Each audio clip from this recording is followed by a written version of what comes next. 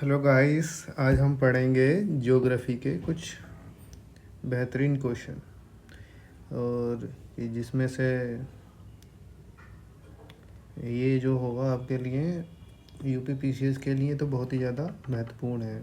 और जितने भी अन्य एग्ज़ाम हैं जैसे कि अदर राज्य के जो कि पीसीएस के अंडर आते हैं तो उनके लिए भी बहुत ज़्यादा ही फ़ायदेमंद रहेगा। और जितने भी कॉम्पिटिटिव एग्ज़ाम हैं जिसमें ज्योग्राफी आती है तो उनके लिए भी बेनिफिशियल होगा। लेकिन ज़्यादातर जो रहेगा वो रहेगा यूपी पीसीएस के लिए। ठीक है, तो हम इसको स्टार्ट करते हैं। 2 मिनट रुकिए, 2 मिनट रुकिए।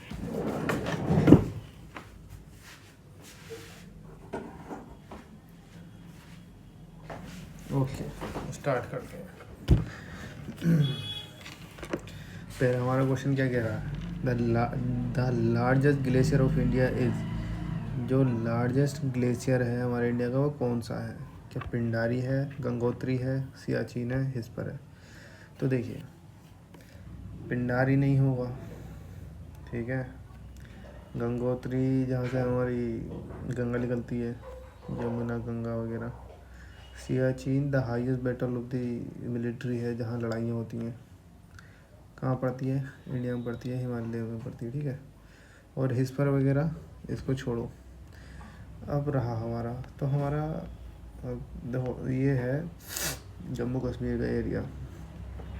जम्मू कश्मीर ये रहा, आज़ाद जो बोलते हैं आज़ाद कश्मीर ये रहा, लद्दाख ये है, अक्साई चीन ये है, सियाचिन ये है। इसका कहाँ पड़ता है? काराकोरम रेंज में पड़ता है, ठीक है। काराकोरम रेंज में पड़ता है। और सियाचिन की क्या क्या है यहाँ पर? ऑपरेशन मेघदूत भी चलाया गया था। ये रहेगा हमारा ऑपरेशन मेघदूत कब हुआ था? 1984 में, ठीक है।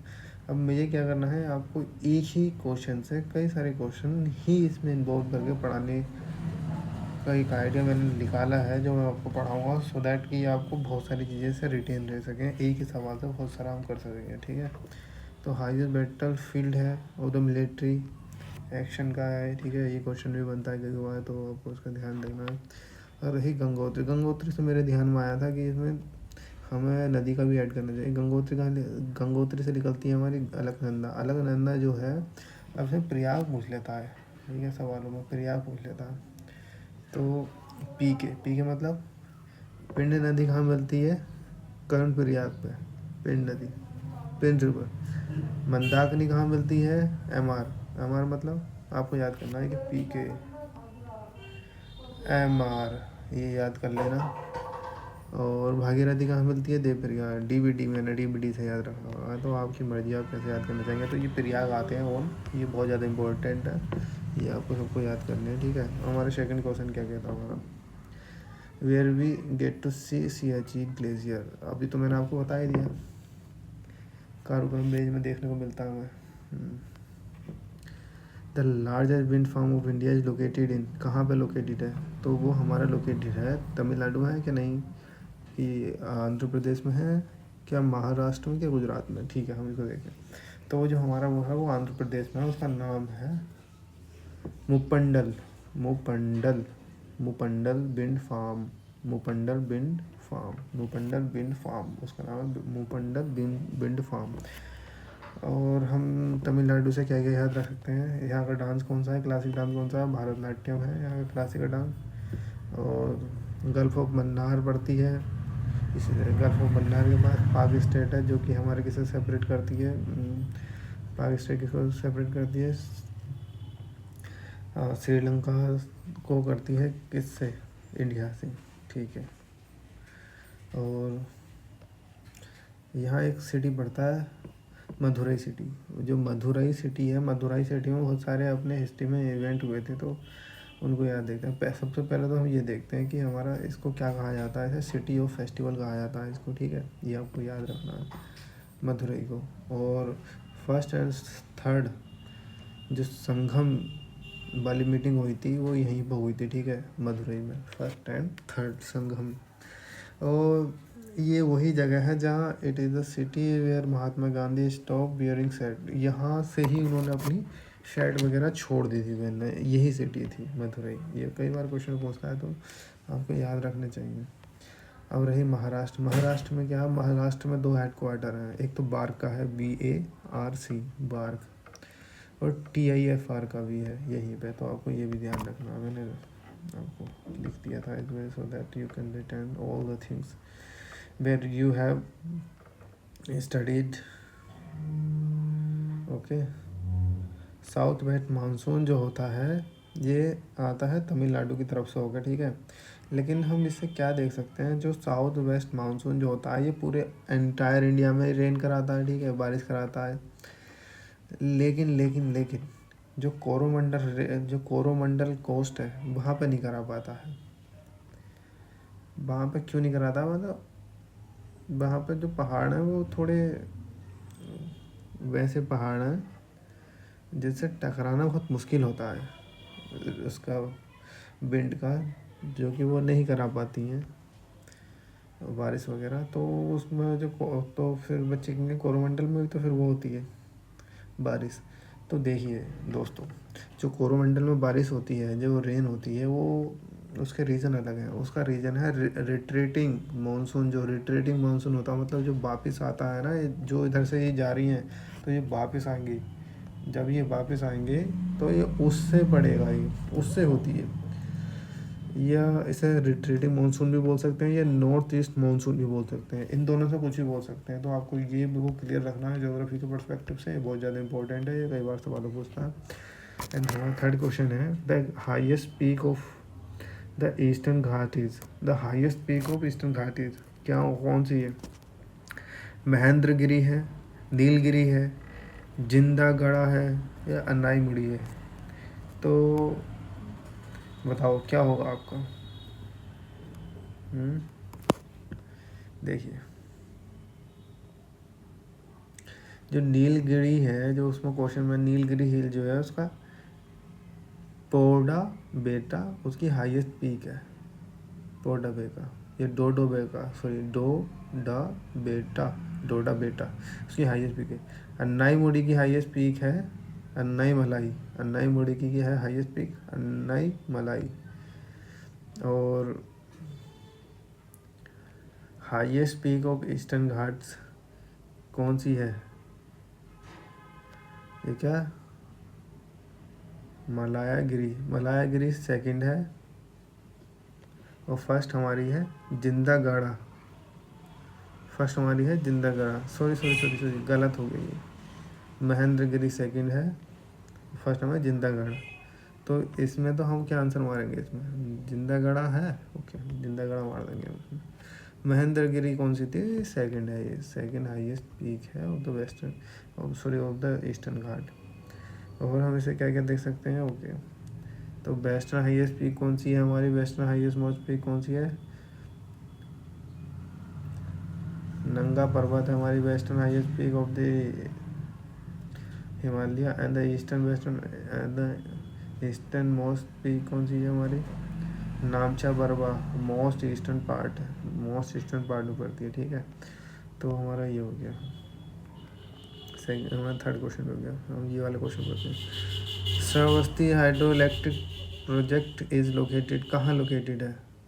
ये हमारा लोकेटेड है केरला में, कर्नाटका में, महाराष्ट्र में, मध्य प्रदेश में। कहाँ पर है? श्रावस्ती जो है हमारा ये कर्नाटका में है, ठीक है। कर्नाटका में हमें कर्नाटका में क्या क्या मिलता है? पहले बात वो तो छोड़ते हैं हम, लेकिन हम इसको थोड़ा श्रावस्ती हाइड्रो इलेक्ट्रिक प्लांट, इसको क्या क्या खासियत बात है, क्या क्या है ये, ठीक है। तो श्रावस्ती रिवर है, ठीक है। श्रावस्ती रिवर जो है इस पे फॉल देखने मिलते हैं। श्रावस्ती रिवर पे ही श्रावस्ती हाइड्रो इलेक्ट्रिक प्रोजेक्ट भी है, और श्रावस्ती पर ही 2 फॉल हैं जो कि बहुत ज़्यादा पॉपुलर हैं, जैसे कि जोग फॉल, जिसे महात्मा गांधी फॉल भी कहते हैं, जैसे कि गैरसोपा फॉल भी है। कहाँ है श्रावस्ती रिवर, जो कि कहाँ पड़ती है? कर्नाटका में पड़ती है, ठीक है। अब हमारे कर्नाटका में क्या क्या, बराही रिवर, जो आपने पढ़ी होगा, बराही रिवर। ये बराही रिवर है, कुंचिकल फॉल है उसमें, कुंचिकल फॉल कहाँ? बराही रिवर। कावेरी रिवर पे हमारा कौन सा फॉल पड़ता है? कावेरी रिवर पे फॉल्स वगैरह का तो we can not say that कि ये इसके इम्पोर्टेंट है फॉल वगैरह याद करना, लेकिन इसमें हमारा एक क्वेश्चन पूछा जाता है जो कि हमारा ऑलमोस्ट ऑल द एग्ज़ाम जितने भी होते हैं रिलेटेड टू दिस सब्जेक्ट जो कि हमारा ज्योग्राफी है, तो इसमें सबसे ज़्यादा क्वेश्चन पूछा जाता है कि इसका डिस्प्यूट जो है कावेरी रिवर का किस किस स्टेट में है या किस किस राज्य के साथ लिंकेज है। तो हमारा कर्नाटक का सबसे पहला आता है, केरला आता है, पुडुचेरी। पुडुचेरी एक स्टेट नहीं है, यूटी है, हालांकि ये भी डिस्प्यूट में हमेशा शामिल रहता है। अगर हमारा स्टेट पूछेगा तो हम पुडुचेरी को हटा देते हैं, लेकिन अगर ये 3 स्टेट में रहता ही रहता है जैसे कि कर्नाटका, केरला एंड तमिलनाडु। तमिलनाडु ओके। और पुडुचेरी अगर पूछे कि कहाँ राज्य यूटी वगैरह का जो है दोनों का, तो बताइए इसमें तो आपको तीनों चारों लगा देना, ठीक है। तो हमारा ये हो गया। अब हम पढ़ते हैं केरला में क्या ये खास बातें हैं, ठीक है। केरला की पढ़ लेते हैं हम। केरला में क्या पाई जाती है, मोनोजाइट सैंड पाई जाती है। मोनोजाइट सैंड से क्या निकालते हैं हम, थोरियम निकालते हैं। थोरियम इज बहुत अच्छा एलिमेंट होता है जो कि किसी किसी जैसे कि हम जैसे कि मेटल होता है, जैसे कि जिससे बम वगैरह बनाते हैं, बम वगैरह जो बनाते हैं तो वो बनता है थ्योरियम यूरेनियम वगैरह से ही बनता है वो, ठीक है। तो बहुत ज़्यादा रिएक्टिव चीज़ है ये, डिस्ट्रक्टिव चीज़ों के लिए यूज़ करी जाती है। इसकी ओर किसे कहते हैं, इसकी ओर का नाम होता है pitch blend. Pitch blend, pitch blend, ठीक है, इसकी ओर का नाम होता है यही। अगर यूरेनियम की ओर जो होती है उसका ओर का नाम भी यही होता है, पिच ब्लेंड, ठीक है। Okay, sorry. तो पिच ब्लेंड उसका नाम भी होता है। ओके, फिर बाद में अब यूरेनियम पे आ गए ना। यूरेनियम कहाँ पाई जाती है, Jaduguda mines of the Jharkhand. और वर्ल्ड में कहाँ पाई जाती है, ये पाई जाती है कजाकिस्तान में सबसे ज़्यादा, ठीक है। कजाकिस्तान में सबसे ज़्यादा पाई जाती है। और हम क्या पढ़ सकते हैं और इसके बारे में। और केरला को स्पाइस सिटी भी कहा जाता है। विक्रम साराभाई स्पेस सेंटर जो कि BSSC जो है वो भी केरला में है। वेम्बनाक लेक भी केरला में है। और केरला की सबसे अच्छी खास बात क्या है, वो रिवर से ज़्यादा एसोसिएटेड रहता है बिकॉज ऑफ कि रबर ट्री होता है, ठीक है। Natural rubber always made from the latex of the plant. जो प्लांट का एक मटेरियल होता है उसे लेटेक्स बोलते हैं, तो उससे बनाई जाती है। और इसमें एक क्वेश्चन पूछ लेता है कि इसे हार्ड किस चीज़ से करते हैं, तो ये हार्ड करते हैं हम इसको सल्फ़र से। इसके अंदर सल्फ़र डाल देते हैं तो ये इससे हार्ड करते हैं। अब जैसे कि जाहिर सी बात है, जैसे कि रबर अगर ज़्यादा ही सॉफ्ट है तो we can not use it for a multiple purposes. अगर सॉफ्ट रहेगी तो बहुत सारी चीज़ों में यूज़ नहीं कर सकते, लेकिन रबर को हम अगर हार्ड करते हैं तो बहुत सारी चीज़ों में यूज़ कर सकते हैं। लाइक जैसे कि हम किसी इरेज़र बनाते हैं जो इरेज़ करने के लिए होती है, रबर बैंड आते हैं जो एक्सरसाइज करने के लिए भी बनाए जाते हैं, तो ये सब उसी से बनता है, ठीक है। हार्ड करते हैं उसको। और इलास्टिसिटी इसकी वो होती है, एक नेचुरल पावर होती है। ओके, ठीक है। अब हम इसके बारे में पढ़ रहे हैं तो हम थोड़ा इसके और ज़्यादा नॉलेज लेते हैं इसको। क्या क्या है, कहाँ गया हमारा वो, ठीक है। और हम इस प्रोसेस को क्या कहते हैं, वल्केनाइजेशन, ठीक है, ये प्रोसेस का नाम है। और आगे को देखते हैं हम इसको। According to the census of India 2011, which one of the following union territory had the highest sex ratio? अब इसमें यूनियन टेरिटरी में किसका हाईएस्ट सेक्स रेशियो क्या होता है। सेक्स रेशियो जो होता है, जैसे कि 1000 मेल हैं तो उस पर कितनी फीमेल है। बच्चे समझेंगे नहीं इस बात को, लेकिन मैं आपको इसको थोड़ा आसानी से समझाता हूँ। जैसे कि अगर बच्चे पैदा होते हैं एक राज्य में या एक यूटी में, तो उसमें बच्चे जितने भी हुए उसमें अगर 1000 अगर कैसे कहेंगे, अगर उसमें 10 लड़के हुए तो उसमें मेल कितने हैं फीमेल कितने हैं, और ऐसे भी कह सकते हैं। ठीक है, ये इसमें ये भी कह सकते हैं जैसे कि अगर मेल 1000 हो रहे हैं उसी टाइम में, उसी उतने ही टाइम में फीमेल कितना पैदा हो रही है जितने टाइम में मेल 1000 हो रहे हैं। तो इसमें हमारा सबसे आगे जाता है Puducherry. Puducherry is the highest UT in term of sex ratio. If we talk about in the state, then the Kerala would be the first nation, first state,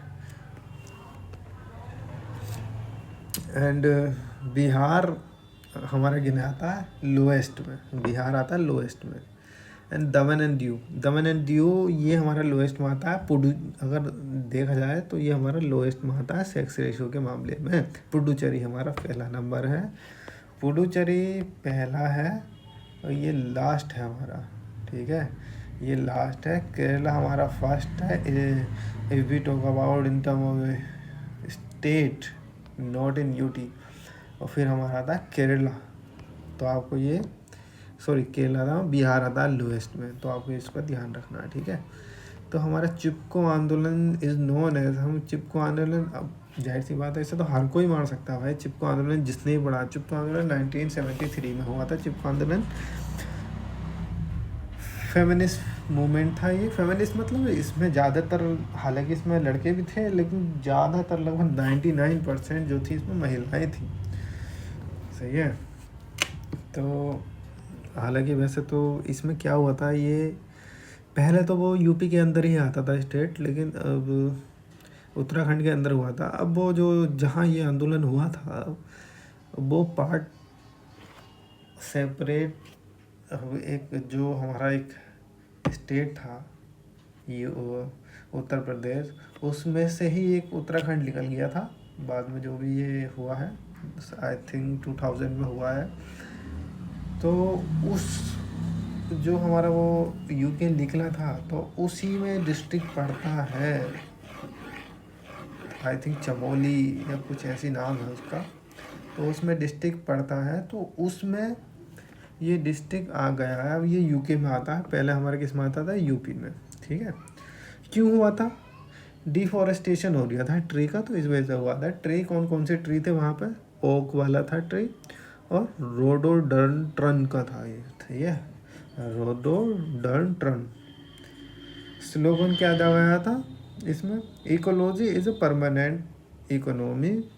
किसने दिया था, सुंदरलाल बहुगाना। हालांकि इनको इसमें फाउंडर भी बोला जाता है इसके लिए, तो आपको इन सब बातों का ध्यान रखना है। अब हम इसको पढ़ते हैं।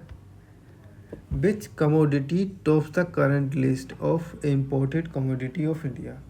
जो भी हमारा इंपोर्ट करती है हमारे इंडिया, तो इसमें सबसे ज़्यादा ऐसा कौन सा प्रोडक्ट है जो सबसे ज़्यादा मंगाया जाता है इंडिया के द्वारा। तो गोल्ड होगा, प्लेटिनम होगा, पेट्रोलियम प्रोडक्ट होगा, पेट्रोलियम क्रूड ऑयल्स होगा। तो इसका आंसर होगा पेट्रोलियम प्रोडक्ट्स, नहीं पेट्रोलियम क्रूड्स। हमारी जो इंडियन गवर्नमेंट है ये क्रूड मंगाती है, फिर बाद में इसको रिफाइन कर लेती है, फिर बाद में हम जैसे गाड़ियों में तेल वगैरह डलवाते हैं यार। समझे बच्चों, तो चलो ठीक है। तो हाईली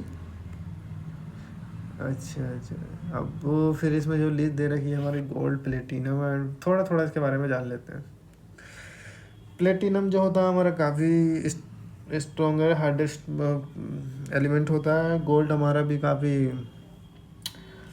स्ट्रॉन्गेस्ट एंड हाईएस्ट होता है। अब इससे हमारा क्या कर सकते हैं इसको हम, ये हाईली मेलिएबल एंड डक्टाइल होता है। मेलिएबल का मतलब इससे सीट बना सकते हैं पीट कर। डक्टाइल का मतलब इससे कितना लंबा वायर बना सकता है, वायर बनाया जा सकता है। तो 1 ग्राम गोल्ड से हम 2 किलोमीटर तक इसका बार बन सकता है।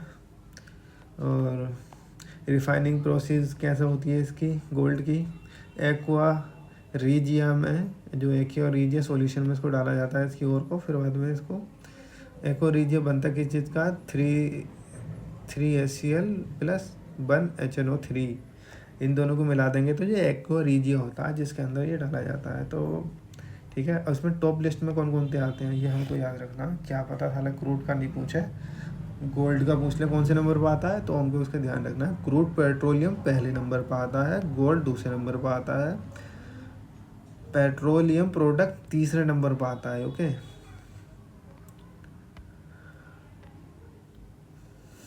सॉरी बच्चों। रिफाइनिंग प्रोसेस जो होती है हमारी फ्रैक्शनल डिस्टिलाइजेशन कहते हैं इसको, क्या कहते हैं, फ्रैक्शनल डिस्टिलेशन कहते हैं। और इससे इसकी रिफाइनिंग प्रोसेस है, जैसे रिफाइनिंग प्रोसेस किस किस की करते हैं क्रूड प्रोडक्ट्स में, ऑयल, ये पेट्रोल वगैरह जो भी होते हैं ये इन सब की होती है। सही है, तो आज के लिए बच्चों इतना ही, फिर मिलते हैं अगली क्लास में। Thank you.